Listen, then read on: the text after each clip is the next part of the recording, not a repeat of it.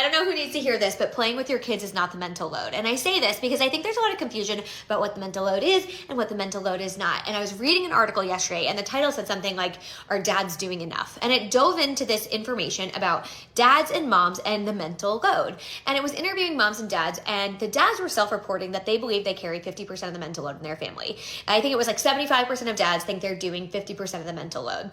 And when you ask the wives, they said, no, he's not doing 50%. I'm still doing the bulk of the mental load.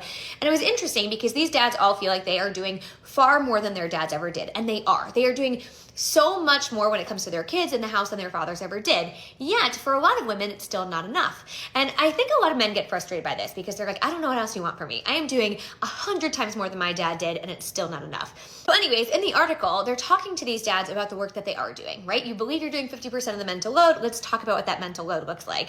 And this graph shows you the work that the men regularly participate in. And I think this shows you how so many men don't actually understand what the mental load is. All right, here's the breakdown. What dads say they do. Which of the following responsibilities do you regularly take on? Number 1, play with the kids. I think most women you would talk to would say that's not the mental load. That's the fun part of parenting that we often don't get to participate in because we're doing all of this down here. So they say play with the kids, help with homework, take kids on outings. I imagine that's like the playground or the grocery store, and put kids to bed. From there it dwindles. Make dinner, clean dishes, school pickup, drop off, book appointments, read to kids, lessons in camp, coach sports teams, schedule play dates, make lunches, volunteer at school, book childcare, all things that women are primarily doing.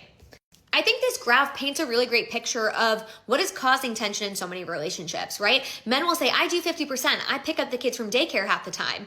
And then the wife is saying, right, but you didn't book daycare. You didn't book summer camp. You don't make the lunches for daycare. You don't restock the cubby when they're out of clothes. You don't communicate with the teacher or get the email. So yeah, you take them to school or you pick them up from school, but I have to do all of the work to get you there, right? And I think that is the disconnect that so many couples are having when it comes to the mental load. They don't necessarily talk about the same things. Men think a task like picking up the kids or even playing with the kids, and women think about all of the work that went into that task. And there's this great divide, right? Men think they're doing enough and they're doing way more than their dads did, but their wives are looking at them saying, yeah, this is not enough. This is not nearly 50%. I need more from you. And I think the reason this conversation is hard is because the fact that playing with kids is even on this list, that's really not the mental load. That's the fun part of parenting that dads say they do all the time and moms never get to.